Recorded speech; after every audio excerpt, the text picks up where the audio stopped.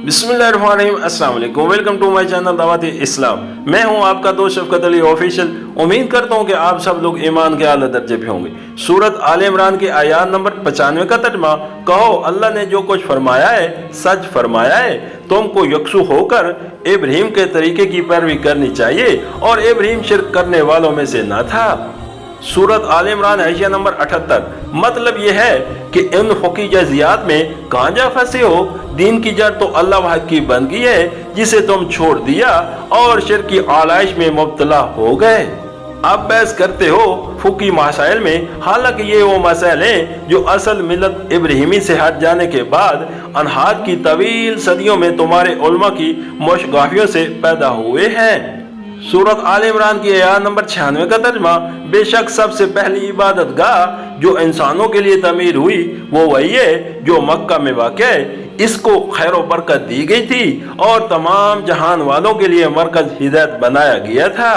सूरत आल Imran हशिया number 79। यहूदियों का दूसरा एतराज ये था कि तुमने बैतुल मुक़द्दस को छोड़कर काबा को किबला क्यों बनाया, हालांकि पिछले अंबिया का किबला बैतुल मुक़द्दस ही था। उसका जवाब सूरत बकरा में दिया जा चुका है, लेकिन यहूदी उसके बाद भी अपने एतराज पर मिसर रहे, लिहाजा यहाँ फिर उसका जवाब दिया गया है। बैतुल मुक़द्दस के मुतल्लिक खुद बाइबल ही की शहादत मौजूद है कि हजरत मूसा अलैहिस्सलाम के 450 बरस बाद हजरत सुलेमान अलैहिस्सलाम ने इसको तामीर किया। सालादीन बाब 6 आयत 1। और हजरत सुलेमान अलैहिस्सलाम ही के जमाने में वो किबला अहले तौहीद करार दिया गया।